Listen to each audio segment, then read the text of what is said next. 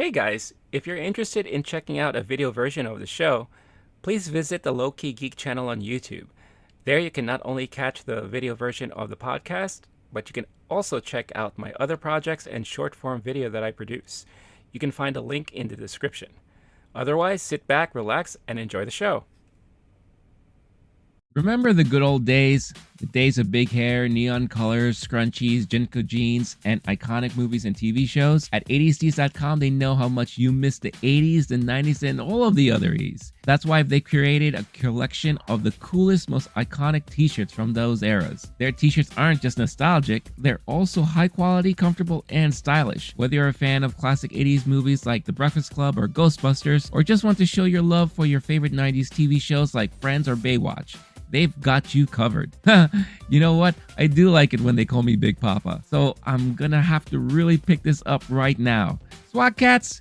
Wow, who remembers SWAT Cats? And it's not just movies and TV shows, but you can rep the memories of your favorite brands, books, and video games. It's also not just shirts. You can also get all your favorite memories on hoodies, jerseys, and more. At 80cs.com, they understand the power of nostalgia. That's why they created a shopping experience that takes you back to the decades you love. Browse their collection of unique, eye-catching apparel that will make you feel like you're reliving those iconic moments. For a limited time, they're currently running a special buy one, get one free for those of you who decide to act right now. Plus, they offer free worldwide shipping for orders over $100. That's right, buy one, get one free and free worldwide shipping for orders over $100.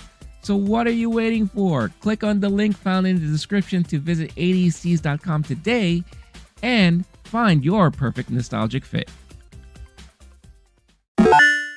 All right, so yeah, episode 1 of The Mandalorian, just finished watching it, and look, all of you people who have been crying while you were watching like Andor or other of the Star Wars shows, you're like, oh, there's not enough action and all that kind of stuff. I want some action. Well, this episode and the start of the season gave you a ton of action. There was a lot of action. It felt like everything was very nonstop.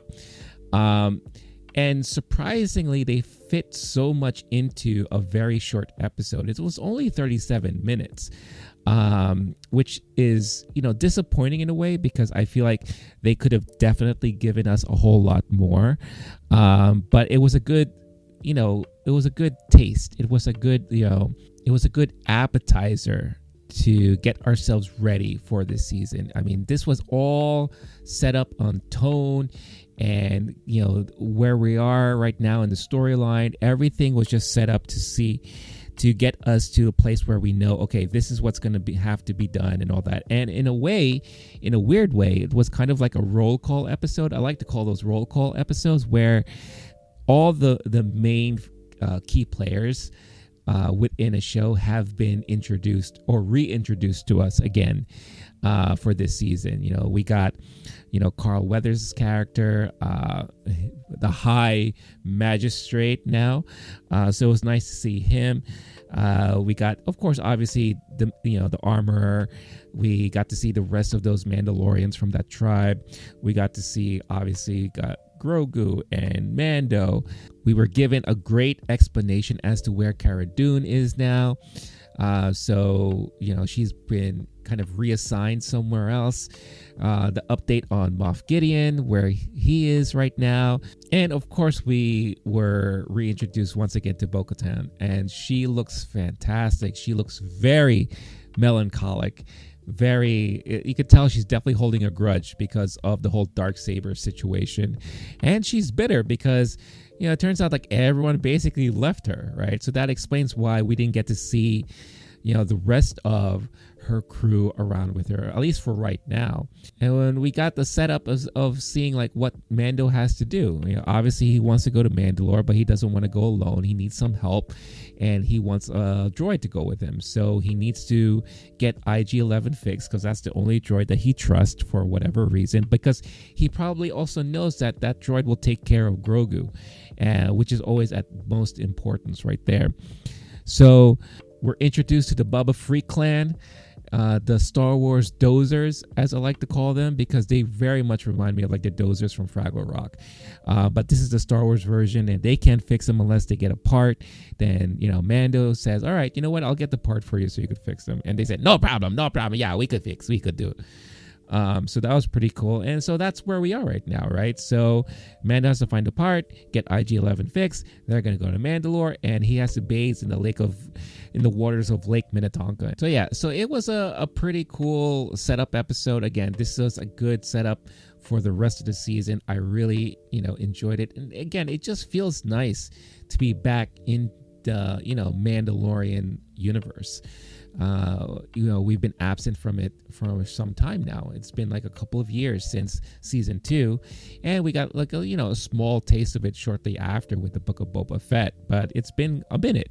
So it's nice to be back in this universe again. My major complaint right now is that there seems to be a lot of comedy, and I understand Grogu and all that stuff like that, but right now, as it currently is, it's a good balance. I just don't want this to turn into too much of a childish kind of Marvel-like comedy type of production and all that stuff like that. I think if you keep it along the same lines of humor that we are used to in the Star Wars universe, that like we've seen in the original movies and everything, then there's no problem with that. I just don't want them to accidentally lean too much into it. I'm a little weary about that. But other than that, I thought everything was great. Again, packed episode. And I never felt once like it was rushed or anything was rushed. But I do feel like it would have been nice if we got at least an episode 2.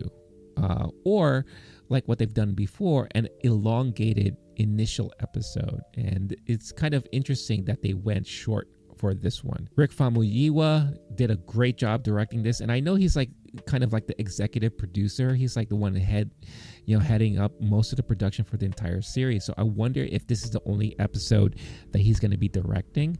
But he has a good pulse on what Star Wars fans want and kind of what really sells the series, what needs to get done initially off the bat, especially since there's been it's been quite a while since we haven't seen this universe, and now we're getting back into it again. So this was definitely a good introduction appetizer for everything that we were going to see. But of course, I am so curious as to what all of you think out there. How did you like episode 1 of season 3 of The Mandalorian? Did you like it? Was it too short for you? Were you hoping for more? Was it too much? Do you feel like it was rushed? Or was it just perfect? Let me know everything in the comments. But yeah, I'm so looking forward to checking out the rest of the season and what's in store for us in episode 2.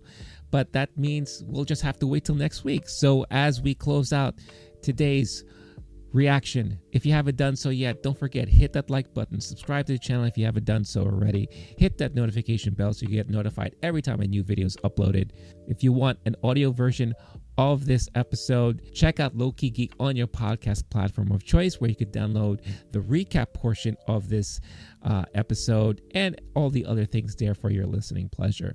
And like I said earlier, if you're in a position to help support the channel even further, check out 80stees.com in the description, and maybe you could get something very awesome for yourself, and at the same time, you'll be helping support the channel. I appreciate all you for watching and tuning in. This is it for me for today, but I'll catch you all next week. Until then, stay cool, stay classy, stay safe, and stay sane, and have a great rest of the week. All right, peace out, y'all.